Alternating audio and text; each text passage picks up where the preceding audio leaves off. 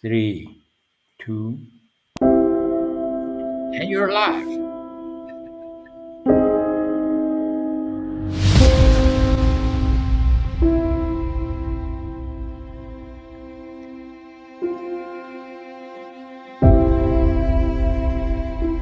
Very naughty.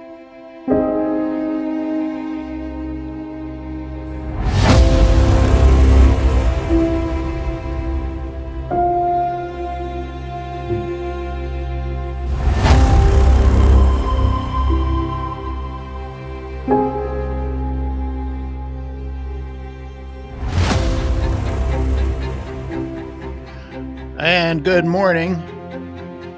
It is Shark Week, spelled with an A, and I am joined by Walter Bernardis and Sharkman Dan Abbott. And I'm going to go ahead and remove the background music. Little drama. Yeah, I ruined it with our pictures on there. It said featuring Walter Bernardis, the shark disrespecter, when you touched that fin. Oh, that's scary enough. So for those of you who don't know, Walter Bernardis runs shark ecotourism, well, multiple species of marine life, and fights for marine life over in South Africa.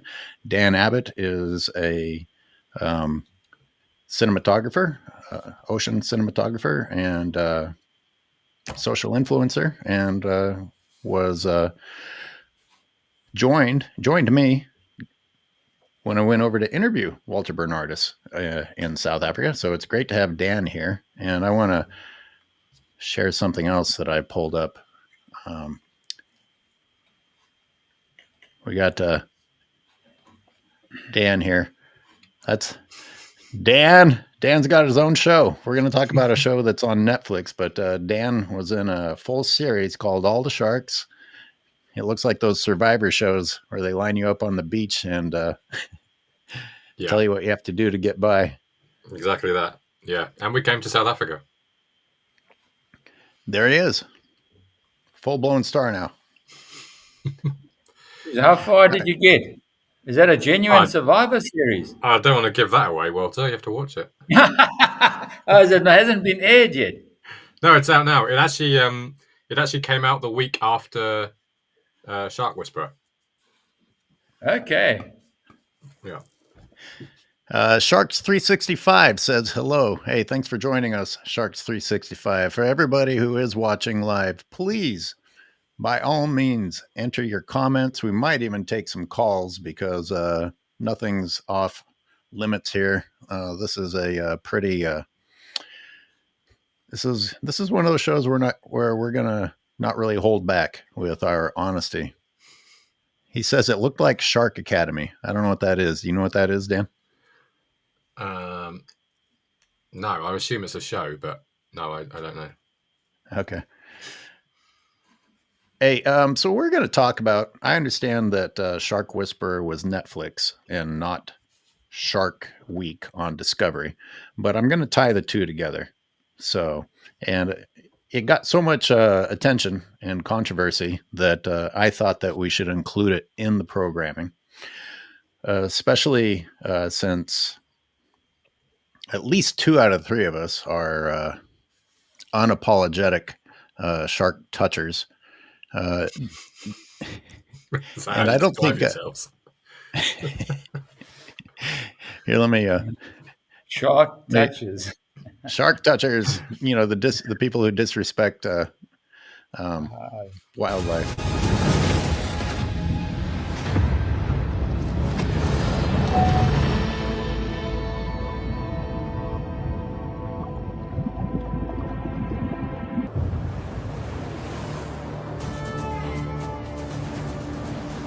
There's Walter. That was Dan in the first shot. This is all 3 of us in South Africa. And everything is going fine until Walter had to do that. I mean, why'd you have to do that, Walter? And that. And that.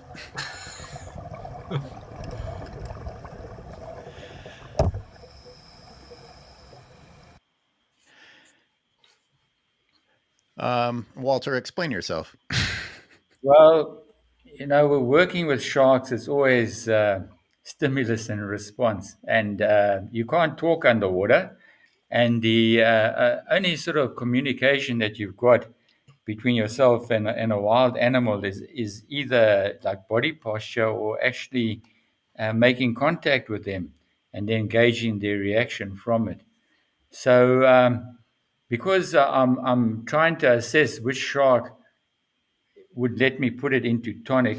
That's why I'm just touching them very gently, and from their reaction, I can gauge. Okay, this shark will let me put it into tonic, and this shark won't let me put it into tonic. And it's something you learn, just by their reaction to your touch. So that's why I'm doing that. Um, why I'm putting them into tonic, it's because I remove hooks from them. As long as you have an Yeah, excuse, put a tag in yeah. them, remove a hook, I've got an excuse. something like that. But It's don't it's do it putting on. yourself, it's putting yourself out there. It's a learning curve you go through, and I say too many times. It's Dan, it's Dan, you were there. You want to chime in? Because you and I were together also in the Bahamas with Jim Abernethy, and that dive includes shark touching Yeah. as almost as a core ingredient. I was going to ask actually before getting on to Bahamas is, Walter, do you encourage your guests to do the same? no, I Why? don't. In actual fact, uh, you know, it gets kind of messy when everybody's trying to grab sharks and touch sharks and that kind of thing. Uh, I'm doing it for a specific reason, either to show the state of tonic immobility as a state to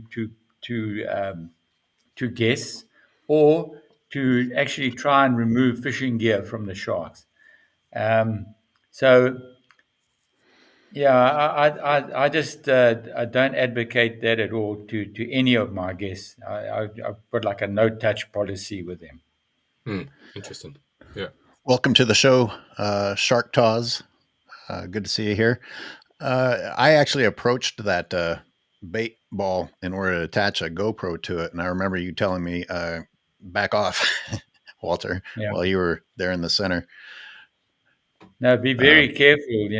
When you as soon as those sharks know that when you go close to the bait bucket, you're going to either shake it, some food's going to come out maybe, and it's going to be a feeding opportunity. So they are now taking an active interest in you. And things like GoPro emit a signal that the sharks just love. And I know from my GoPro, that I've had several bites on that GoPro. So if you've got it close to your hand and you're coming into that kind of environment, you got to be very careful. And maybe that's why I was more trying to caution you than stop you. I lost my first GoPro in Aliwal Shoal to a shark. There you go. For those just tuning in, we're warming up. It takes YouTube a little while to tell people that we're live. So we're gonna maybe watch a little bit of the Shark Whisperer. Walter and I started doing it previously, and we started just talking about other aspects of shark touching so much that we decided we should just go live, because I'm never going to get through editing all of these conversations. And we will get to it a little bit later, but I'm definitely, as a part of today's show, going to be incorporating some of the double standards of the people who criticize shows like that simultaneously support one of the most exploitive and invasive, ridiculous TV programs out there, which is just about everything on Shark Week. And I have very specific examples to back it up. And really quick, I want to play this again because there is a small detail here that I wanted to talk about. There's Dan. Listen to the music. Listen to the music.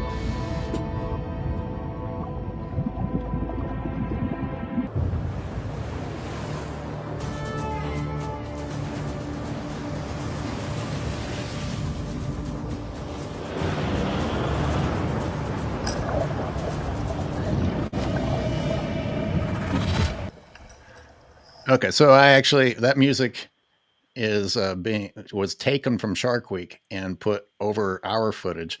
But here's the funny thing: is guess what's happening during that sequence of all that dramatic music? On the Take a Shark bet, Week program. huh? On the Shark Week program. I'm just going to tell you, they're driving to the beach. Yeah, I thought it would be something like that. I'm not joking. They're driving to the fucking beach. Anyway, Shark 365 says, yeah, but they can believe sharks consume cocaine and attack people.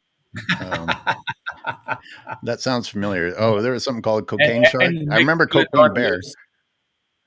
Huh? Yeah, the Cocaine Shark as well. God. Was that Shark Week or was that someone else? It was Shark Week. No, it was Shark Week. Oh, my God. And Megalodon Lives was also Shark Week. It was educational. And they had something about mermaids as well, actually really existing. The other one was where the whole cast was actors, man. This great white sank the ship that they were fishing off, and they retrieved the camera and got the stiffy off the camera. And what was the name of that movie? Jesus, it was ridiculous.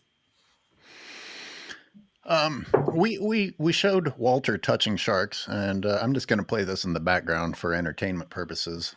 This is sharks touching me, and if you want to know why the three of these guys and this footage go together, Dan's filming me, and Walter is throwing bait at me while I'm in the water. And there's a shark definitely touching me. And instead of dramatic, if I were to play the audio to this, instead of dramatic Shark Week music, you would just hear Walter laughing his ass off and having a great time, wondering when my luck's going to run out.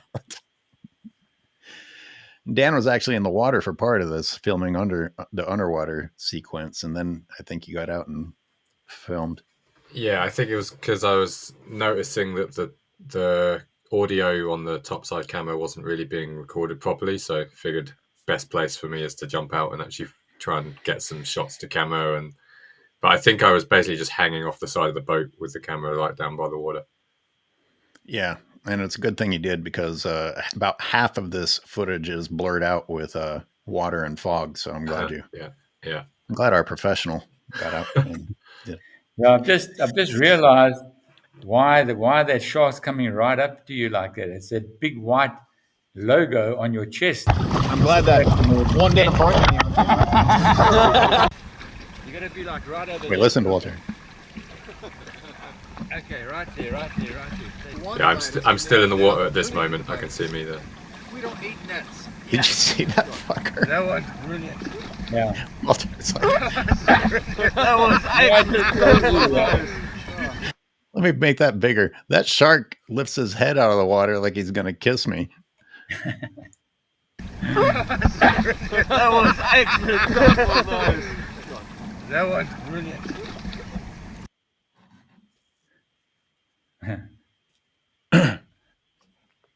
Yeah, Dan's still in the water at this point. Out of interest, Walter, how many bites do you have on guests each year in Aliwal Shoal from this species? From black tips, I'm glad that zero. one didn't point me. Zero. Wow. Yeah. Sorry, guys. There's audio in this. Let me mute it. On guests, there are some bites with the dive masters, the shark handlers, whatever you want to call them. Yeah. But that's because they close to the food all the time. But absolutely no bites from black tips on guests at all. We have had some accidents with tigers in the early days. I've been bitten by a tiger, and I've had 2 guests bitten by tigers. Really, way back in the early days when we were still learning what the ground rules were. We were sort of still at the School of Knox, And yeah, pioneering that whole tiger shark diving, um, I think worldwide. Let me put that sequence up there really quick because that's watch this shark's head. So Uh, Shark 365 commented that sharks know that you're not food, and I have to agree. Otherwise, Walter wouldn't be able to do what he does. I would never yeah, have you'd survived be that. dead. Dan wouldn't be able to do what he does. I mean, there's so much superior to us physically. I don't know how anyone would ever stand a chance against any of it. You absolutely don't stand a chance. If that shark wants to bite you and rip you to pieces, there's absolutely nothing that you could do about it.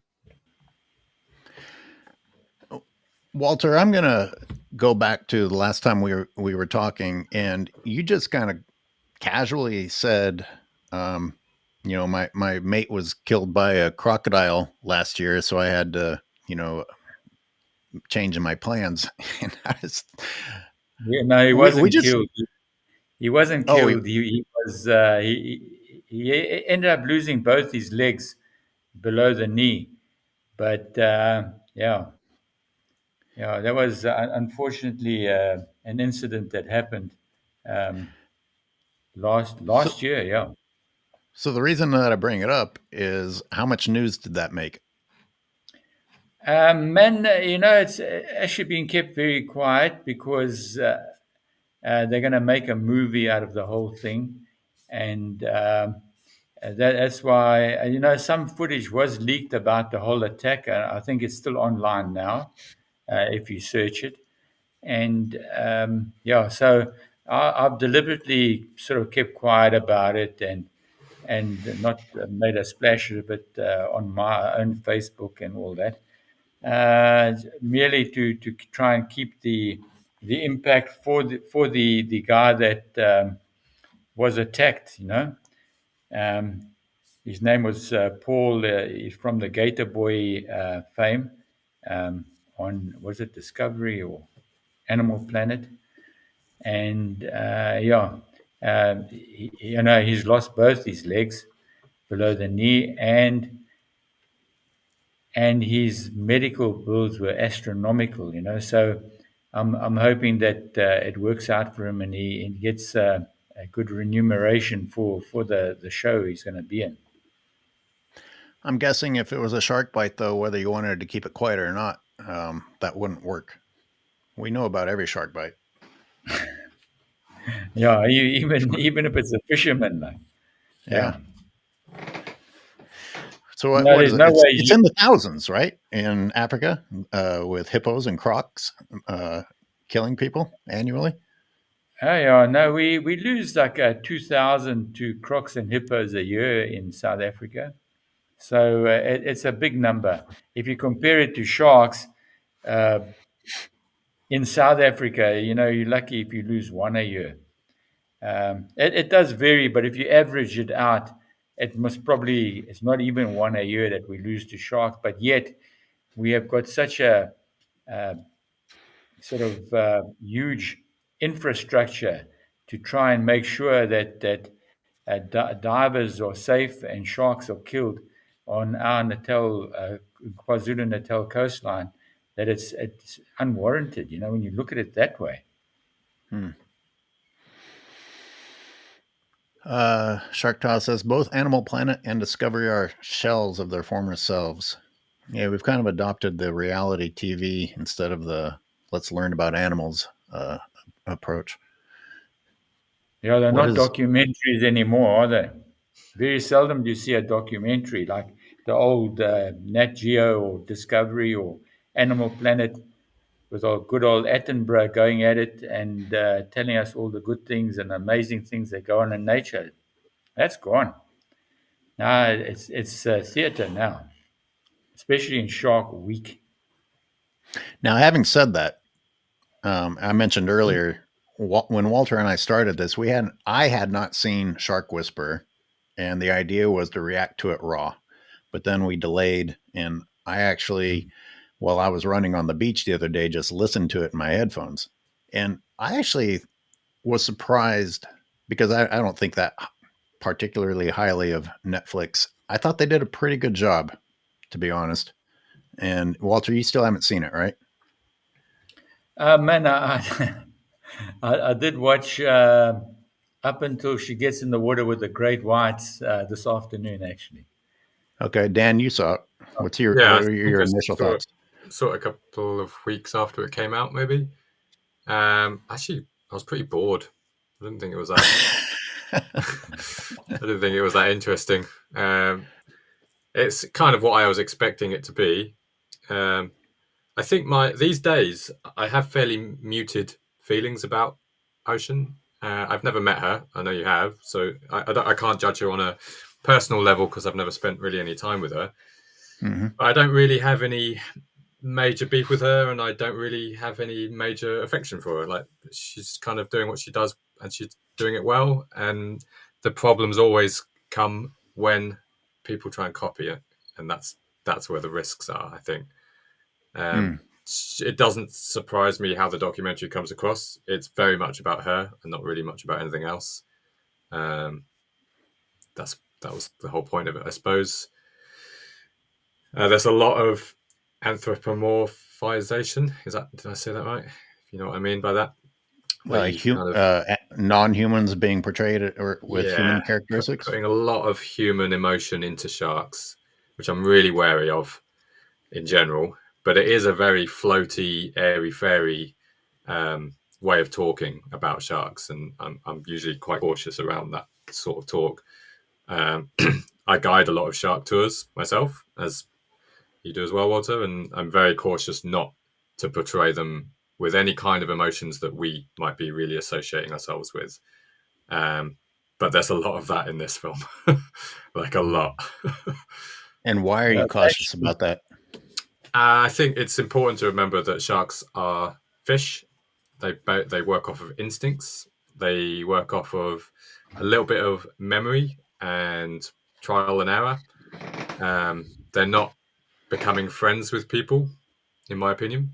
They're not out to seek affection from us. That's not how they're wired.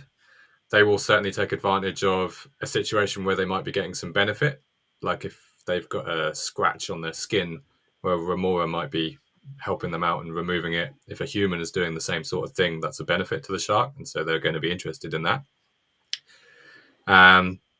Eve, I know that she has what she would describe as personal relationships with a number of these tigers, Nikki being one of the famous ones, which I think is documented quite a bit in the film. Roxy or that's it. Yeah, maybe Roxy. Yeah, I just can't get on board with it. That's a hard one for me to try and believe. Walter? Well, that scientist, marine biologist that they interview sums it up perfectly. He says it hasn't got much of scientific value, but it's more of entertainment value, you know. So on the one hand, he's absolutely right that there isn't much scientific value to that whole show, except for the behaviorists maybe, who like to see the reaction of these sharks to divers in certain situations. Yeah, so I forget the point I was going to make. God damn it. So Sharks 365 says humans are obsessed with ourselves. Jasui says, I don't know what that comment says actually. And Shark Taz, let's see. Oh, show some respect. I don't blame the sharks people. They don't see you as food, but they don't see you as a friend either. You just exist. And Jill Gilson joins us. That's a longtime supporter. Hi. Welcome to the show, Jill. She says hello to you both. Hi. And sharks are not the problem, the people are. But really, doesn't this come down to when people see Ocean doing something and want to blame her for human behavior or if look at what I just showed at the beginning of this. It wasn't exactly setting a good example if you want to be worried that people are going to go and try and do the same thing. Walter, you don't want people trying to do what you did. People probably shouldn't do what I was seen doing there. Or maybe I don't know. Did we set a bad example or did we not? It's a double-edged sword, isn't it? I mean, the reality is there aren't that many opportunities for people to do it outside of an already existing shark ecotourism or shark baited scenario. It's not that normal to come across big groups of tiger sharks in one place or a big white shark and feeding on a whale if you're not already with people that are doing that as a profession or that is already in that situation. It happens occasionally, but not that often. So while I think it is potentially problematic that people try and copy behavior of someone that, I mean, I actually would say of all the people on this planet that has good experience of diving with white sharks, Ocean Ramsey's on that list. Like, if I wanted to trust someone to get in the water with a white shark, she's probably going to be one of the people that I'd call up because she's done it probably more than as much as most people on this earth, which isn't that many people. But I think still the responsibility lies with her when people are joining her for a tour. Like, for example, we just mentioned, Walter, you wouldn't want your guests touching sharks on your tours. I say to people on the tours that I lead here with blue sharks, I don't want to see anyone touching them. In fact, I caught someone almost touching one at the weekend, just gone and almost got them out of the water. So it's on us as well to make sure that we're being responsible tour guides. And so perhaps some of the frustrations that some people might have with her is she's the one guiding the tour most of the time. So if you see her doing it, then it makes it okay. But then that comes back to the whole gym in Florida and Bahamas debate, doesn't it? You said one thing there that I thought was particularly interesting was people not having those sorts of opportunities on a regular basis as if they can practice it and whatever. And I actually think that that's what sets her and Juan aside. They're in the water with these animals all the time as a living. In fact, they point out in that show that, learning their behavior was one of their goals by being in the water and observing. So like the people that like might try to emulate her swimming with that giant great white, how, when, where? Yeah. Unless you're on Walter's boat in South Africa in 2015, it's not really going to happen, is it? Yeah, it has to be. It has to have been in 2015. I mean, that's still even pretty rare for you, right, Walter?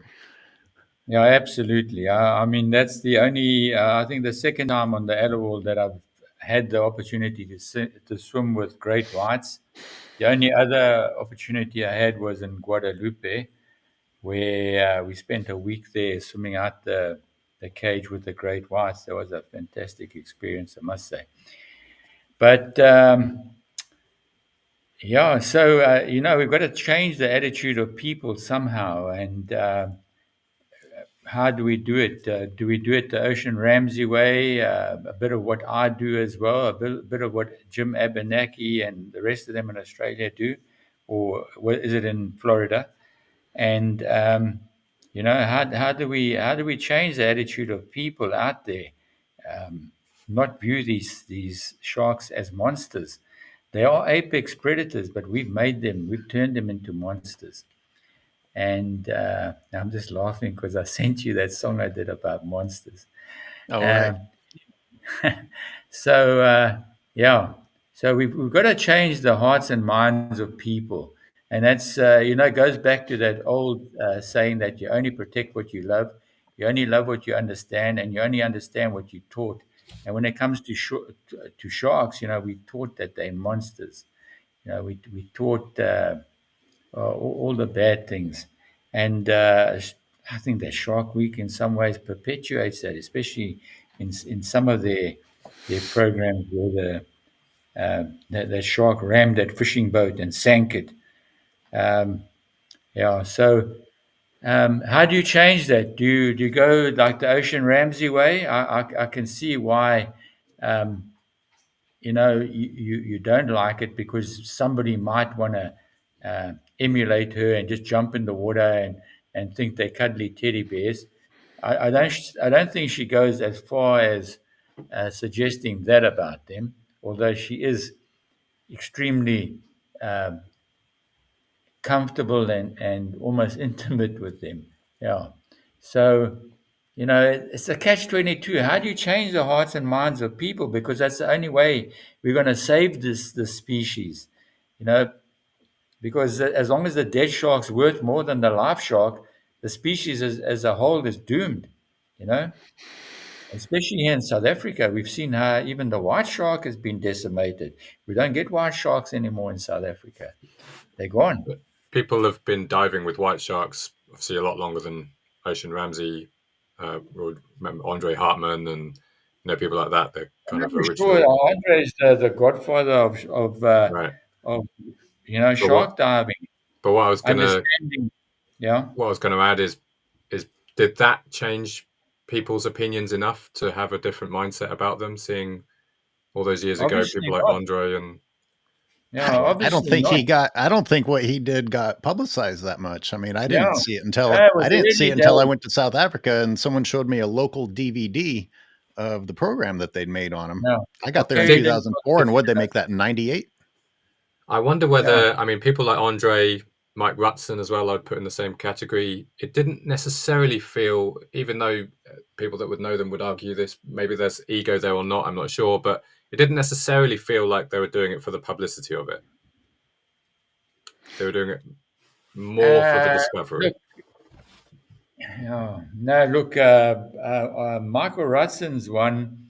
I also had a small part in that where we were trying to put tigers into tonic, and his whole thing was to try and relive um, a experience he has had as a kid when he first went out and got into one of those shark cages, and he saw that shark come up and rub itself against the side of its mouth, against the side of the shark cage, and went into this sort of tonic state. And he always believed that he could induce that tonic, be the cage, and induce that tonic state in a great white. Um, and he tried going around the world learning from Dr. Gruber, and I think he went uh, to Zanata as well, and try to learn tonic immobility from more. It came to me as well, and try to learn um, how to put a bigger shark like a tiger shark into tonic. And we had never even thought about doing anything like that. And that's what sort of got us going down that path of the whole experimenting with the touching and playing with the with the tigers. Yeah. You're talking about the Sharkman special featuring Mike Rutson. Yes. Yeah. I That thought it was was called. pretty. I thought it was pretty well done. But now that you talk about it like this, what was there a good reason to put a great white into tonic other than to see if you could do it? No, just he just wanted to do it. Like Right. you know, he had seen that state as a kid, and he wanted to be able to do it as well. And that was the whole storyline. Not much of a, not much of a plot in that one, right? Well, it was still though. I didn't think it was. I didn't think it was too bad. But if we're going to talk about needing an excuse to touch sharks and things like that and setting a bad example, then that's certainly going to be guilty. If you're doing it just to see if you can do it, especially doing it in South African waters where you couldn't see a damn thing. Yeah. But I love Mike Rutson. I'm not talking shit about him. I'm just No, very can we just knowledgeable. be even across? All I want people to do is like be consistent. Like you give these people a pass and not these people a pass. I mean, the shit that they do on Shark Week is about as bad of an No, example as people no, can it's on set. another level. That's on another level. That's plain brutal, lying to your face kind of shit.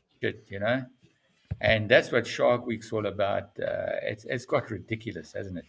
It's I don't miss interesting. Shark Week It's anymore. Go ahead, Dan. it's interesting how many more shark shows there have come out this year. Obviously, the one that I was in, but there's been loads of other shark content on loads of other different platforms. Like ITV just did one with celebrities and getting in the water and stuff. And it does feel like now they're kind of getting that. Yes, this is around the time of year that Shark Week comes out, but Shark Week isn't drawing the audience that it used to. We were told on our production many times that the average ratings were dropping drastically every year. So I wonder whether there is a space now for what people are perhaps more after in shark programs. I was just about to say, is these opportunities with the other shows, is it because people have been complaining about the quality of Shark Week programming, or is it just saying, hey, look how much Shark Week gets, we might as well put out some stuff too? Yeah, I was also warned that Nat Geo is not exactly putting out very good shit either. It's just like Shark Attack after Shark Attack. There's probably an element of other people wanting a piece of the pie, I think. And I think this year as well, being the 50th anniversary of Jaws, probably adds to the motivation to want to get shark content out this year. But I would say Shark Week faced more competition in terms of other programs this year than perhaps they ever have. And maybe that's affected their ratings as well. I have a little something queued up from Shark Week, if we're ready to move on to it. Do it. Okay, so let's set the stage. We have the bad example, quote unquote, bad example set by Ocean of swimming with sharks for a living, and then swimming with a giant great white as it goes by. And this tells people, oh, maybe that's a good idea for me to do that, as if you would ever have that opportunity, other than a great white knocking you off your surfboard. But I've queued up a few of them, and this was too easy to find. This was just a couple of examples that I found real quick. And let me make that bigger. So we start off with, tell me why that cameraman needs to be out of the cage. Now, I'm not knocking being out of the cage per se. I've done it. Walter's done it. I think most of us in some way, shape, or form fantasize about doing it. But boom. Hey, he just touched the shark with his camera, nudged him in the face. That's kind of disrespectful, right? Didn't that set a bad example? I'm being a little bit funny, but I'm being a little bit serious. Who was that? You know, that was like a bit like panic mode. Yeah, I mean, it seemed, if you're that experienced, it seemed unnecessary. I mean, absolutely. Yeah. And do you know where that is? It's supposed to be in South Africa. This is I don't know if it was. I mean, half the shit that they say that they're filming is not where they are filming it. Yeah. That looked like South Africa, that first shot. This one, who's this now? I got a lot of Ozzy Osbourne's handicapped child, Dickie, in here. Let's see. This is in Guadalupe. This is one of the many glass cage things that apparently is a good idea. And that clown. What the hell? Here's some touching. Now I know that guy Jimmy. I have no bad things to say about him, but hey, everybody, go do that. Now this is the one that I spent some time on. That's a good example, ladies and gentlemen. Go build. Hey, I've got some extra money. I'm going to go build a replica of a whale carcass and see if I can convince a great white to eat some plastic and styrofoam and put myself in needless danger. This also is Shark Week. This was filmed in an MPA, if I recall correctly, and that is, if you listen to the audio, 50 gallons of red ink dye being dumped into an MPA, as if great white sharks or any other shark is going to respond to ink dye. That's the type of education that you're getting. But hey, Shark Week told me to do it. I think I'll go dump red ink dye in the ocean. And then this one. That fucking shark just goes right through that flimsy. That was, if I'm right, and you can correct me if I'm not, that was one of the main incidents that got Guadalupe shut down, though. Man, really? everybody has a different opinion about what exactly got Guadalupe shut down, but it couldn't have helped. It didn't help that that Shark Week gets to show up and do all the shit that everyone else is told they're not allowed to do. By the way, that was, so this is Belly of the Beast, and they included in Belly of the Beast that clip from the plexiglass cage not working, right before saying, hey, we're going to go build the exact same thing and put a diver in the bottom of it and see if we can put someone in danger again.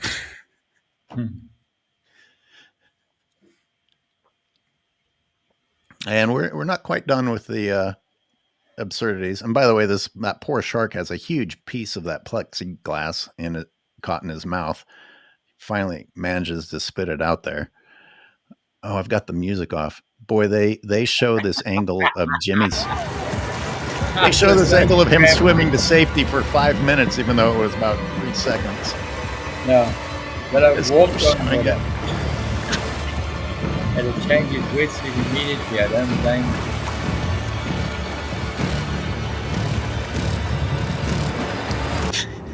Kept me.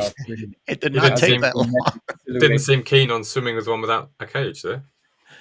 No, I feel like there was a moment there. It was like, I'm going to stay on top of this. Oh, I can't stay on top of it. I have to go.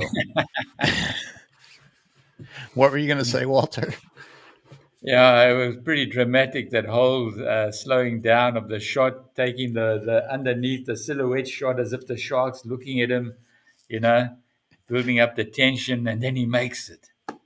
Yeah. I mean, they didn't have a camera down there. They had to replicate that. They had somebody else swim across the surface later. That's a killer shot. There's no doubt about it. It was like a horror movie where you never gain any ground when you're running. They kept starting him back at the cage. Oh, shame. But he got a fright, that's for sure. He was in panic mode. You could see he was scrambling on top there.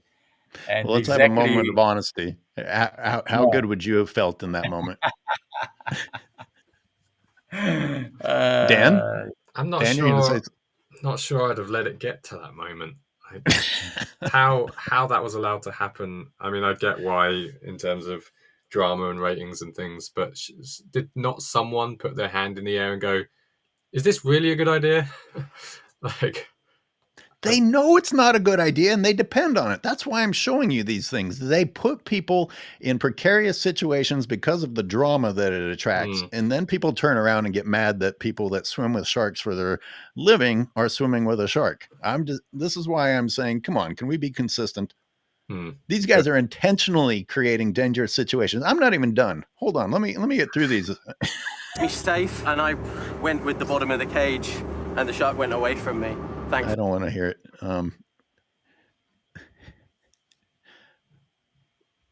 There's more touching, and then this one, dragging a person like they're a seal decoy inside of a cage in the launching zone of False Bay.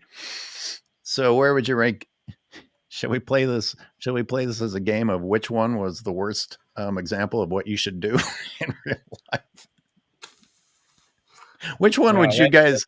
I get a feeling Dan is gonna go with the glass square box design as the last one that you would do, or how about being towed as a seal decoy?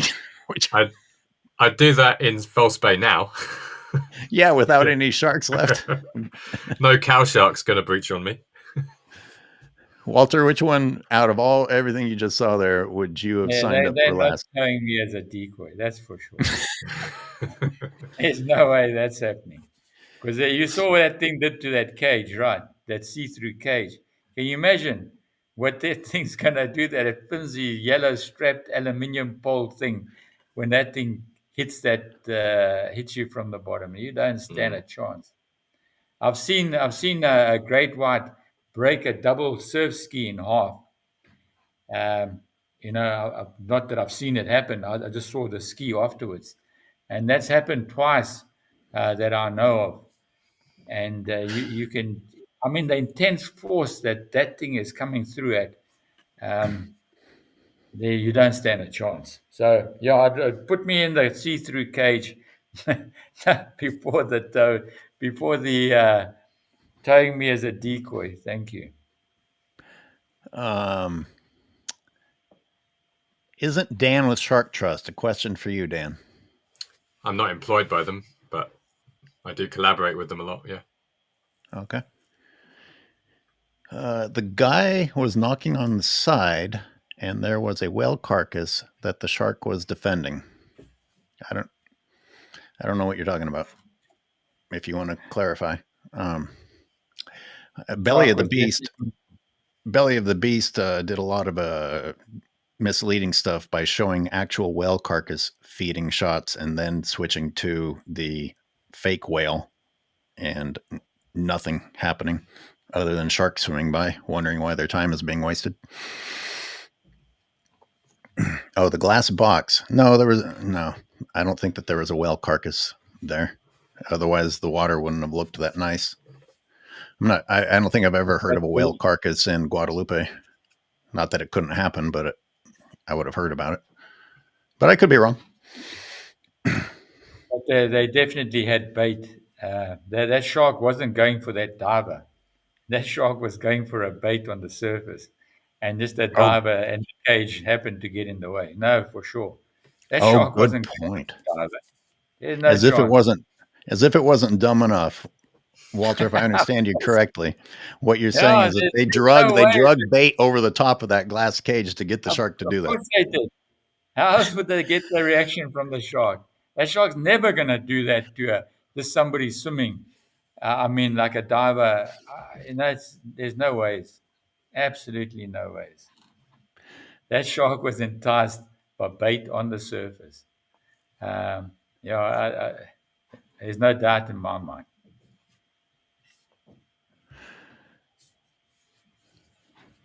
Well, I'll cue up the beginning of the Shark Whisperer, although we've almost used up the whole hour just preemptively talking about it, but I think it's been an interesting conversation.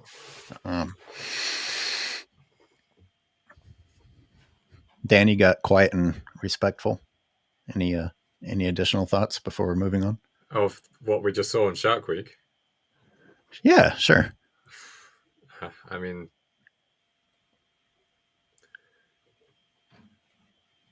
the fact that it still gets the amount of funding that it does is quite incredible, and it kind of shows. I mean, people make programs based on what people want to watch. If the demand isn't there, then the thing doesn't get made. Things don't return for a season 2 and a season 3 if the ratings aren't good. So the fact that the ratings must have been good enough for this to keep going like this is quite extraordinary. But I do wonder whether we are at a little bit of a changing point at this moment in time now, based around how many other shark programs are coming out on all the other different platforms, and people kind of just getting a little bit bored of it. I mean, television in general, across the board, is struggling right now. That's no secret. There's a lot of production companies not doing very well. There's a lot of things being shut down. And I wonder whether the way we're watching content with shark stuff is going to change massively, because online, on TikTok, on Instagram, you can basically watch all these things anytime you like. So it could be an interesting future for TV. At the beginning of what you just said there, if I took one thing away from it, was that people were actually tuning in to dumb content, and the producers were responding, saying, "Hey, people want dumb shit. Let's keep making it." And then then a threshold was hit, or you're saying the social media has just made it people aren't bothering to even tune in anymore. I think that's slowly becoming the case, or quickly becoming the case across the board with everything. And yeah, I don't know how long it can survive like that. It's pretty terrifying. You know what I thought? They're going to run out of dumbass ideas. At some point, it's been going on so long now. They're going to run out of dumbass ideas. And you know what? They haven't run out of dumbass ideas yet. No. Nowhere close. I mean, what are they going to dream up next? You know, the They dead built the whale fake made whale, up. and then the next year they built an even bigger fake whale. This year on Reign of Terror, they decided they saw one dolphin on the wild coast, and then jumped to the conclusion that great whites are here to eat dolphins, and used that as an excuse to build a dolphin decoy. And then they went back down to Mossel Bay and drug it around and pretended that they were doing it up on the wild coast. It was just amazingly deceptive, and the whole show is telling everyone, Dan, I guess you haven't seen it, but I'm going to tear this show to shreds. The No, whole I thing is haven't based seen on it. telling the world that another Black December is around the corner. And Dan helped me make the Wow. documentary that shows the damage. People talk about the damage that the movie Jaws did. The damage of promoting Black December and the death toll on marine animals from the sharks board that developed after that puts all the damage that Jaws has ever done to shame. And now we have people on Shark Week encouraging the idea that, we're on the cusp of another Black December, and the only way to solve it is to go tag sharks. At the end of every single one of these fucking shows, they have an excuse to go tag the shark. Unless they're reopening whaling in South Africa, I think we're pretty safe from another Black December, right? Well, it's interesting because what's his name at the Sharks board denied any correlation to whaling, and then this program actually included whaling as one of the culprits of the perfect storm of those shark bites. No, there's no doubt about it. The whaling station in Durban Harbour was the biggest outside. It was a Norwegian whaling station. It was a Norwegian company that actually ran it, and it was the biggest whaling station in the Southern Hemisphere. Yeah, I So, included in the documentary. 1 year alone, they brought in like 3,600 whales. 1 year, sure. 3,600 harpooned whale carcasses going along the coast where tourists are, and that didn't have any effect. Walter, what's the number one? What's the number one opportunity for you to get in the water and dive with big sharks? Yeah, look, dead whale. Thank you. Thank you. Yeah, dead whale or dead loggerhead turtle or something like that. But dead whale is going to win every time. Shark Tods, thank you for the kind words. I appreciate that.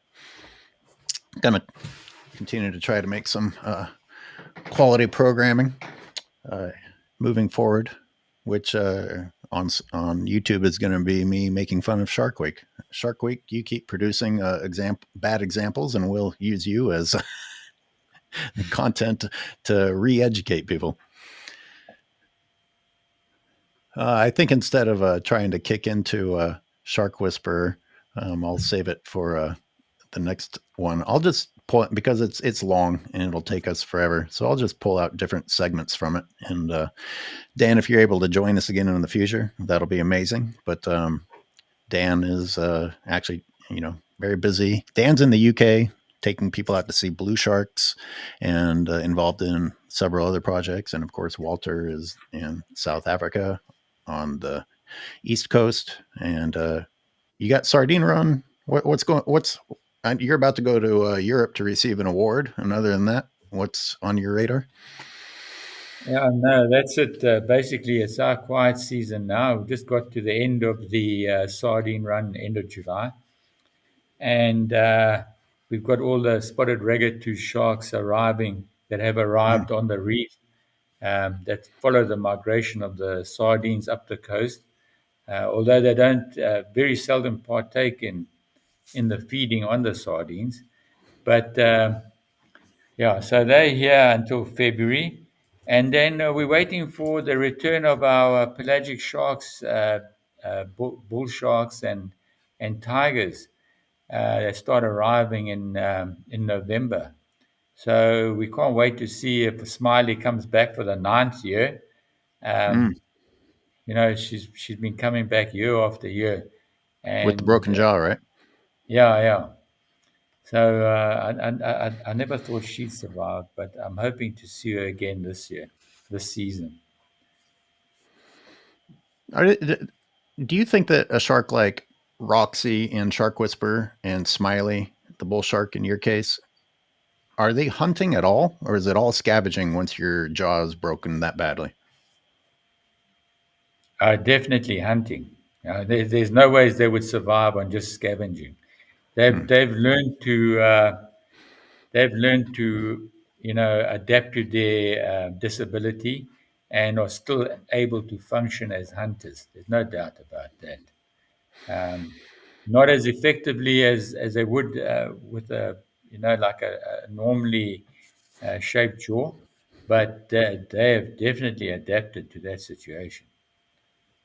Amazing. There's Oh not yeah. enough scavenging. There's not enough scavenging for them to be able to survive and do as well as a shark like Smiley's doing.